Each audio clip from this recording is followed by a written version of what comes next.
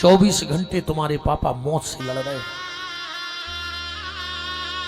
आधी रात है, जब तुमसे निकल तो नहीं बने ठंड में, तुम्हारे पापा खेत में पानी दे रहे हैं। हो सकत है सांप खा लेवे, हो सकत बिच्छू खा लेवे, हो सकत गोहेरो खा लेवे, हो सकत करंट लग जाए, हो सकत तेंदुआ खा जाए, फिर भी वो रात रात भर खेत में काम कर रहा है। क्यों?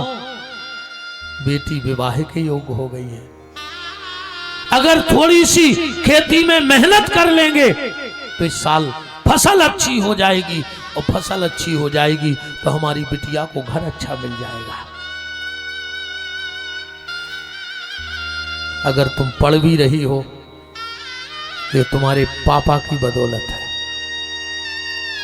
मां, तुम्हारी मां कहती है पापा से, तुम घरे बैठे बिटिया सयानी हो गई।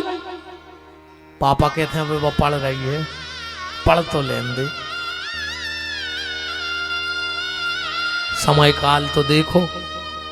बाप कहते तो तुम्हें हमें हमारी बिटिया पे भरोसा है, हमें का लेने दुनियादारी से। मताई कहते इतनी कमाई भी नन्या के आगे पढ़ा सके। बाप कहते हम डबल मेहनत करें, हम डबल मेहनत करेंगे, हम पढ़ाएंगे, पर हमारी बेटी पढ़ेगी। बेटा, बहुत चाहत है तुम्हारे पापा तुम्हें। जब बात तुम्हारे जब पता पर है, जब भगवान तुम्हारी गोदी में खिलौना दे दें कि माँ बाप कितनों प्रेम करते हैं अपनी औलाद से, और जब बात सिर्फ हम ऐसे कर रहे हैं। हमने कल भी कही थी कि अपने बाप से अपने हाथ तो पीले करवा लियो, पर माँ बाप को मुंह करिया न करियो बेटा। हरो बस तो निवेदन है तुम्हारा, ऐसो कोनो काम न करियो बेटा। हरो ये में तुम्हारे पापा को समाज में सिर झुकाने पड़े। बहुत उम्मीदें लगी हैं तुम्हारों से, बहुत उम्मीदें लगी बेटा। हरो तो हमारा निवेदन है हाथ जोड़ के कि, और इतने पिताजी बैठे। देखो एक बात बताएं बेटा, एक कुल की बचे है कि नहीं बचे है, या गारंटी नहीं है। बेटा, एक कुल की बचे है कि नहीं बचे कोई गारंटी नहीं, पर बेटी दो कुल की लाज बचा देती है। इसलिए तुम्हारे कंधों पर दो कुल का बोझ है, लड़के के कंधे पे तो सिर्फ एक कुल का बोझ है, और बेटी के कंधे पर दो कुल का बोझ है। जब चित्रकूट में सभा लगी, चित्रकूट में जब सभा लगी, सब आए, चार ही भैया बैठे हैं, तीन ही माताएं बैठी हैं। कोल भील किरात निषाद केवट बैठे हैं, और उसी समय महाराज जनक का आना हुआ। और जनक जी ने गुरुदेव को प्रणाम करके जो एक नजर पूरी सभा में डाली, एक नजर पूरी सभा में डाली,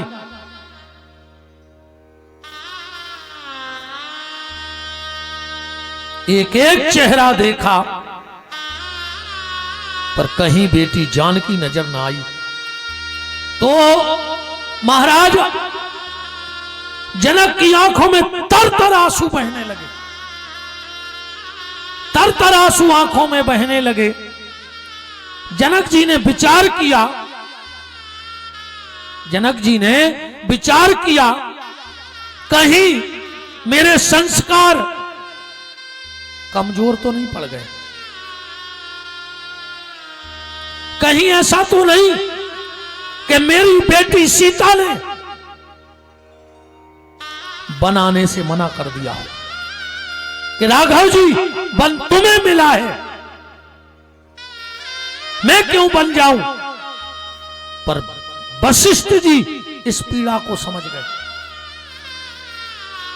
आंखों ही आंखों में बोले राजा जनक अपनी बेटी सीता को ढूंढ रहा है।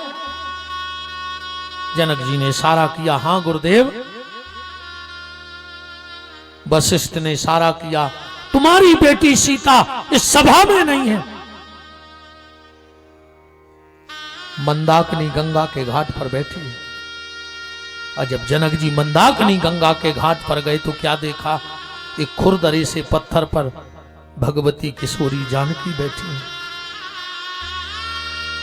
और एक बात और बहुत गहराई से समझना मामा जी, सीता वो चरित्र है, वो नाम है, वो श्रद्धा है, वो आस्था है, वो विश्वास है, वो त्याग है, वो तपस्या है, वो समर्पण है, वो मान है, वो अभिमान है। क्या राधा नाम, राधा नाम बहुत बेटियों के मिल जाएंगे, पर सीता नाम चुनिंदा बेटियों का नाम रखा जाता है। गलत तो नहीं है, चुनिंदा नाम मिलेंगे। बहुत कम सीता नाम लगते हैं लोग, बहुत कम, क्योंकि त्याग, तपस्या, बलिदान सीता जैसा कोई नहीं कर सकता। खुरदरे पत्थर पर बैठी है, जनक की आंखों में आंसू की धार लग गई। क्या ये मेरी वही बेटी सीता है जो कमल के कपरछण पे चलती थी और आज खुरदरे पत्थर पर बैठी है? और उसी समय सीता जी ने हाथ का उंजरू बनाया और उंजरू बना करके पानी पीने लगी। जनक जी की अकेले आंखों से आंसू नहीं, आज रोम रोम रो रहा है जनक जी का। मेरी बेटी सीता चांदी के गिलास में पानी पीती थी और आज हाथ का उंजरू बना के पानी पी रही है। आज का कोई पिता होता तो सबसे पहले अपने समधी को दहेज प्रथा में लिखा देता, पर धन्य रे राजा जनक, जब खुरदरे पत्थर पर सीता को बैठे देखा, उंजरू से पानी पीते देखा, तो दोनों हाथ उठा के कहता है कि पुत्री पवित्र किए कुल गौ बेटी सीता, आज तूने दोनों कुल की लाज बचा दी, आज दशरथ की भी नाक बढ़ा दी और जनक की शान बढ़ा दी तूने। मैं तेरी जैसी बेटी पर हजार लड़के निछावर कर सकता। और बेटा, एक बात कही जाती है, आज पढ़े लिखे लोग कहते हैं कि बेटी टेंशन है, कहते हैं बिटिया की बहुत टेंशन है। भगवान करे ये बात सत्य थी, सत्य है और आगे भी सत्य रहेगी। बेटी ही टेंशन है, और जितनी बेटा बैठी हो, तुम्हें भैया की कसम है, अपने बाप की टेंशन बन जाइयो। ऐसी टेंशन बनियो कि दुनिया कहे कि तुम्हारे बाप की टेंशन हो। टेन माने 10, सन माने बेटा। देखो भगवान ने एक बिटिया दे दी हो, समझ लियो वो 10 लड़कों बरोबर संग दे है। ऐसे बिटिया को टेंशन कही जाता है। एक बेटी 10 बेटों बरोबर, क्योंकि लड़का तुम्हारा तब तक है जब तक उसकी बहू नहीं आई, बस उसी दिन तक है तुम्हारा बेटा। पर बेटी आखिरी सांस तक तुम्हारी रहेगी, आखिरी तक साथ देने वाली बेटी होगी। बेटा सिर्फ उस दिन तक तुम्हारा है जिस दिन तक उसका विवाह नहीं हुआ। फिर आदमी इतना स्वार्थी हो गया है, इतना स्वार्थी, इतने भी तुम में से 75% लोग ऐसे बैठे हो जो अपने मां बाप के नहीं हो। 25% अगर कोई बैठा हो तो मैं उसको प्रणाम करता हूं। वो श्रवण कुमार है, बाकी आज की औलाद धुंधकारी है। 75% औलाद धुंधकारी है। 25% तो हम बहुत कह रहे हैं, बहुत हो रहा हो 25 भी, पर 25 मान लो तो श्रवण कुमार है, बाकी बूढ़े मां बाप। और एक बात और ध्यान से सुन लेना, अपने बच्चों को इतना भी लायक मत बना देना कि वो मां बाप को नालायक समझने लगे। इतना भी लायक मत बनाना। जो कॉलोनी में मोहल्ले में गरज गरज के कहते हम एक लड़का अमेरिका, एक फलानी जगह, एक फलानी जगह, अकड़ के निगत है हमारा लड़का विदेश में, ज्यादा अकड़ कहने चलो जो न मर हो तुम्हारा वो विदेश को लड़का ने आए तुम्हें कंधा देवे, तुम्हारे पड़ोसी तुम्हें बाहर भी ले जाए हैं। बिल्कुल अभिमान में न रहो। अभी सहारा कंपनी के वो मालिक सबने देखा है, विधायक जी शालीन भैया, सहारा कंपनी के वो कोई खत्म हो गए, उनके 2-3 लड़का है, लकड़ में नहीं आए, खारी में नहीं आए। ऐसी औलाद का काम की जो बाप को कंधा देवे नहीं आए। ऐसी कौन सी कंपनी थी, ऐसा कौन सा नुकसान था जो बाप से बड़ा था कि बाप को कंधा नहीं दिया पर कंपनी का काम देखते रहे। ऐसी कौन सी जायदाद थी पुत्र के लिए, पिता से बड़ी कौन सी संपत्ति हो सकती है।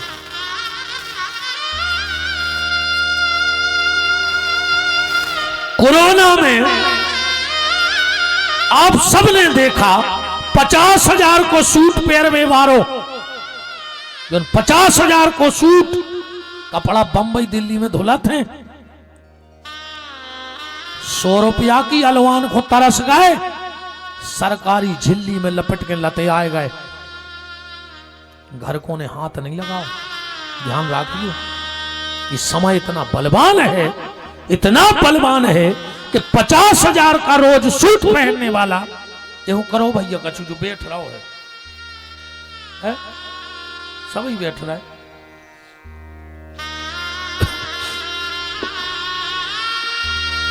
तो बेटी टेंशन है, वो बेटा तुम टेंशन ही बनना अपने बाप की। बस तुमसे सिर्फ एक निवेदन हमारा है, हाथ जोड़ के सिर्फ एक निवेदन, तुम अपने बाप को उसका अधिकार दे देना। तुम अपने बाप को, क्योंकि पिता जीवन में अपनी बेटी से सिर्फ एक चीज चाहता है। और यहां भी सब बैठे, सबको भगवान ने बेटियां दी होंगी, भगवान ने हमें भी एक फूल सी बिटिया दी है। बाप पूरी जिंदगी की कमाई बेटी से सिर्फ एक चीज चाहता है, और बेटा हरो जितनी ते बैठी हो, कसम खा के जाइए पंडाल में। हम तुमसे गुरुजी बन के बात नहीं कर रहे, हमने कल ही कही थी कि हम तुम्हारे बड़े भैया, तुम हमारी छोटी बहन, तुम हमारी छोटी बहन हो। और वैसे भी यहां हमारा तुमसे यही रिश्ता है। हमने इस गौर झामर के लिए कन्यादान किया है। हमारी बहन है यही, मामा जी बैठे हैं। जन्म पूछ लेना मामा जी ने दिया उसको, पर बचपन से इतनी सी उठा के लाए थे, 2-3 साल की ले गए थे, 2-3 साल की ले गए थे।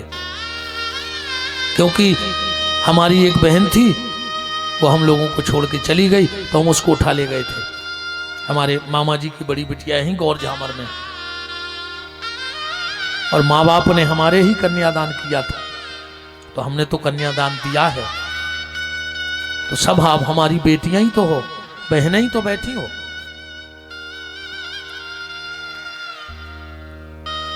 बाप अपनी बेटी से सिर्फ और सिर्फ एक चीज चाहता है, और इसके अलावा कोई बाप अगर बेटी से कुछ और चाहता हो तो उठ के हमारी बात का विरोध कर देना, जिनको भगवान ने बेटियां दी हैं।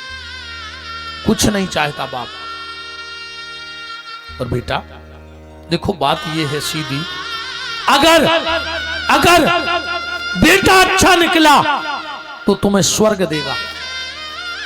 जिस दिन तुम्हारा पिंडदान विधिवत कर देगा तो तुम स्वर्ग के अधिकारी बनोगे। बेटा अच्छा निकला तो स्वर्ग देगा, बेटी अच्छी निकली तो तुम्हें वैकुंठ देगी। क्योंकि जिस दिन हरे मंडप के नीचे बैठकर तुम अपनी बेटी के हाथ पीले करोगे, समझ लेना उसी दिन तुम्हारी बेटी ने तुम्हें वैकुंठ के दरवाजे खोल